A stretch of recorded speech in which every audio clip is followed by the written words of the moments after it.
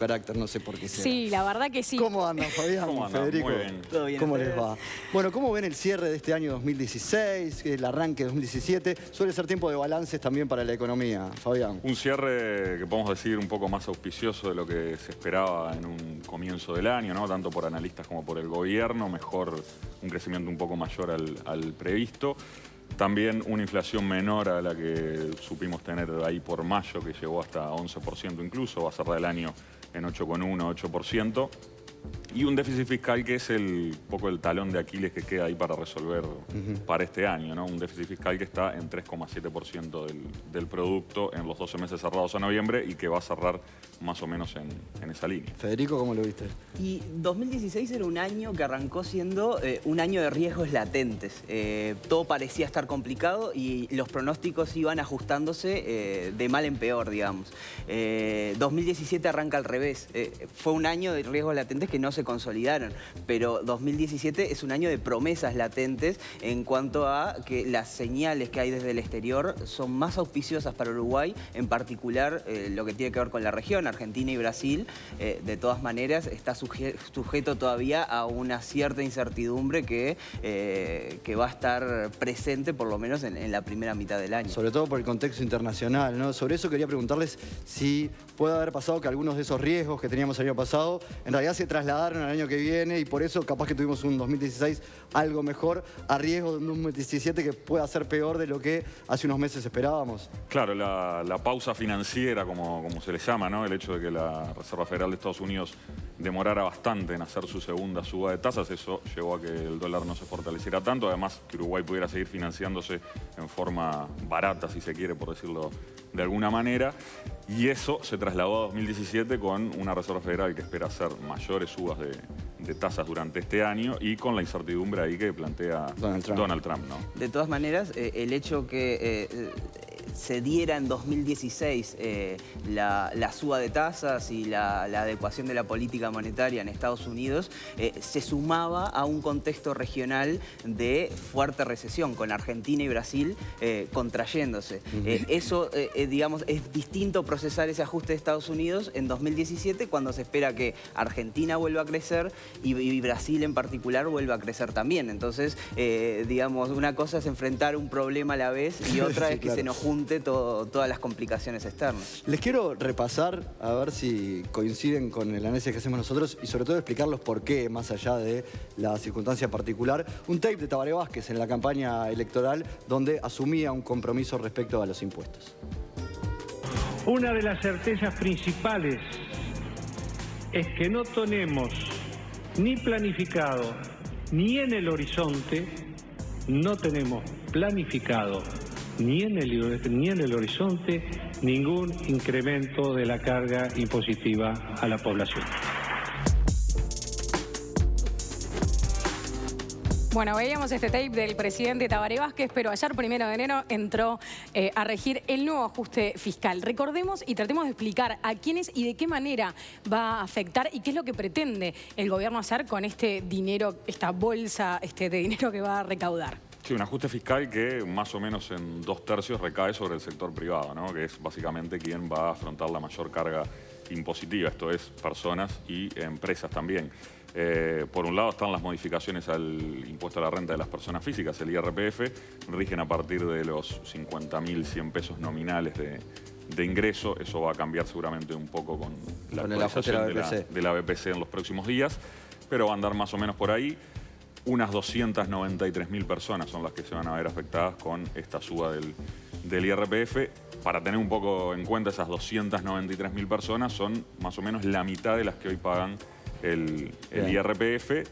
Y también, por otro lado, deja fuera esto a un 80% que no va a sufrir un ajuste. Sí, hay casi un 70% que ya no paga. Claro, de no hecho, paga porque su salario, su ingreso está por debajo de lo que es el mínimo del IRPF. Poco. Sí, 23.000 y pocos pesos. No, o sea que toda esa gente gana menos de esa plata, Gana ¿no? menos de eso. Nominal. Nominal. Exactamente. Y otra parte que se va a ver afectada también es por el cambio en las deducciones del IRPF, y eso sobre todo va a pegar en familias con hijos, ¿no? Que van a pasar a pagar un poco más van a tener una suma mayor de impuestos que las que van a tener las personas que no tienen hijos a cargo.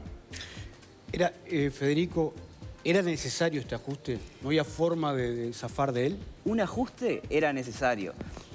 Luego, la configuración, cómo estaba compuesto ese ajuste, y bueno, ahí hay distintas fórmulas, digamos. El gobierno optó por una fórmula en la cual el costo de ese ajuste recae principalmente, como decía Fabián, sobre el sector privado. No hay un ajuste de gastos significativos.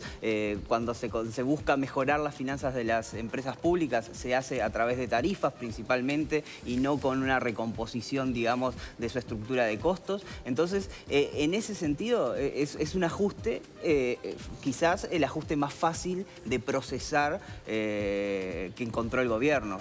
No es el ajuste más inocuo para otras cuestiones de la economía, como es el crecimiento económico, porque esto afecta, digamos, las capacidades quizás de recuperación de una economía que todavía está en una recuperación incipiente. Ahí hay una pregunta anterior que es ¿por qué llegamos a este ajuste? ¿Por qué hubo que ajustar? ¿Qué fue lo que pasó que llevó al país a estas circunstancias? Se deterioraron las finanzas públicas, como siempre también sucede en 2014, año electoral, el gobierno gastó más de lo que debería haber gastado. Ya podría haber sido un poco más prudente, teniendo en cuenta que ya había algunas señales a nivel internacional ahí de que se complicaba más el escenario.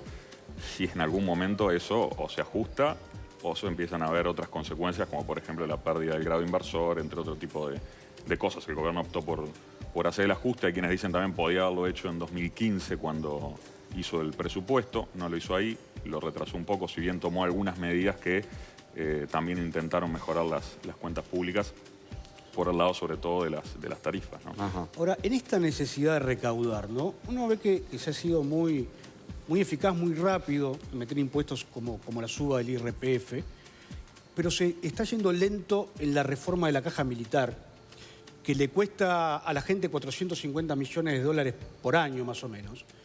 Y esto está ahí, stand-by, no pasa nada. Hay un impuesto a las jubilaciones militares más altas, superiores, casi cercanas a los 100.000 pesos por mes, que también está trancado. No les voy a preguntar, chiquilines, por qué esto está trancado, pero sí, si se llevaran a cabo estas reformas, sí mueve la aguja en el tema de las finanzas del Estado. Bueno, para tener un poco de idea de magnitud, ese déficit de la caja militar es comparable con el ajuste fiscal prácticamente en montos similares. Esa reestructura de la caja fue presentada por el ministro Astori cuando presentó, digamos, los nuevos lineamientos fiscales hasta el final del periodo. Está incluido como parte del ajuste que va a llevar, según las proyecciones del gobierno, a un déficit de 2,5% al final del periodo. Pero todavía no está en blanco sobre negro. Todavía no está en blanco sobre negro y no hay perspectivas de que en el corto plazo se pueda llegar a un cambio en ese sentido. Pero el gobierno lo visualiza como un problema recién hoy y no cuando podría haberse procesado con otros tiempos quizás y con otra discusión, pero está dentro hoy de la agenda del gobierno. Sí, de hecho las reformas de las otras cajas, la caja policial y la caja bancaria, se llevan adelante en el primer gobierno de Tabaré Vázquez, y ya ahí la caja militar tenía también estos mismos problemas de déficit, quizá no tan grande como ahora, pero sí con dificultades. Una pregunta que les deben hacer muchísimo es ¿qué va a pasar con el dólar? ¿Cómo va a actuar en el año este fin de año 2017? Brindis, ¿no? Se habla de un dólar fortalecido, pero también hay que ver qué es lo que ocurre con el nuevo gobierno de Donald Trump en Estados Unidos. ¿Qué es lo que ustedes están pronosticando?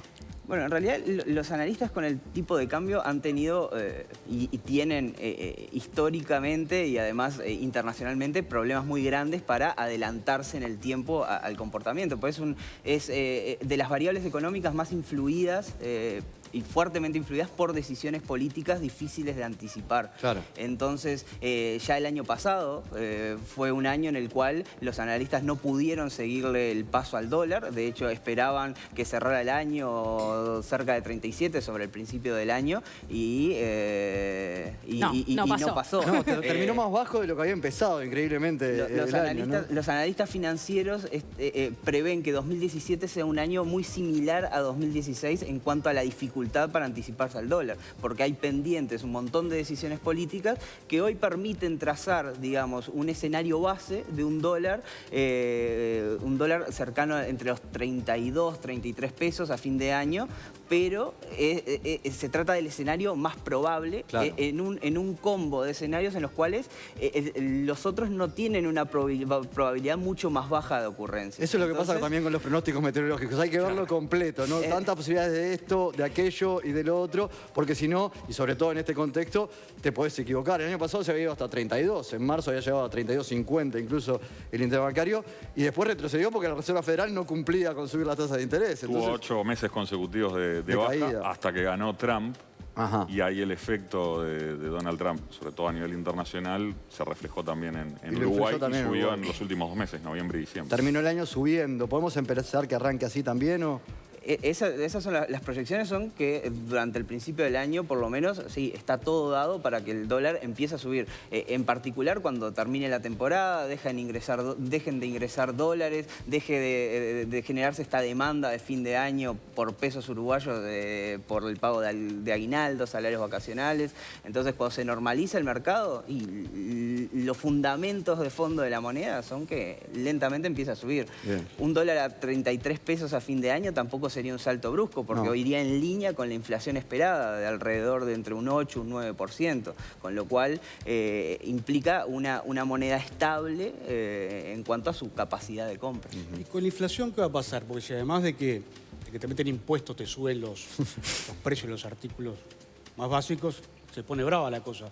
Se había moderado en noviembre y estaba previsto que se moderara en diciembre la inflación. ¿Puede ser así? Hay que aclarar algo ahí, ¿no? También, ¿no? Los salarios han subido en los 12 meses cerrados a noviembre 10,77%, con lo cual algo que a principio de año se esperaba que ocurriera, que era perder capacidad de compra, perder poder de compra, porque la inflación iba a estar por arriba de la suba de salarios, o al menos más o menos en esa línea, no terminó ocurriendo, ¿no? Se ganó poder de compra un poco en lo que fue 2016, y algo similar está previsto para 2017. La inflación nadie está previendo que baje de 8% este año, ¿no? Nadie la está viendo dentro de lo que es la meta del Banco Central, que es ubicarla entre 3 y 7%, que no se cumple desde más o menos 2010. Sí, ese techo, Federico, hace años que... ¿Por qué se mantiene el objetivo? ¿Es para no dar una señal de que se está aflojando? Sí, ese es el discurso del gobierno y en particular del Banco Central, que subir el rango meta implica, digamos, dar el brazo a torcer, dar una señal al mercado de que se está dando el brazo a torcer en cuanto a el manejo monetario y la inflación. Sin embargo, es un rango que ya ha perdido totalmente credibilidad. Nadie espera que entre en el horizonte de política, que son 24 meses. Nadie espera que en los próximos 24 meses la inflación esté por debajo del 7.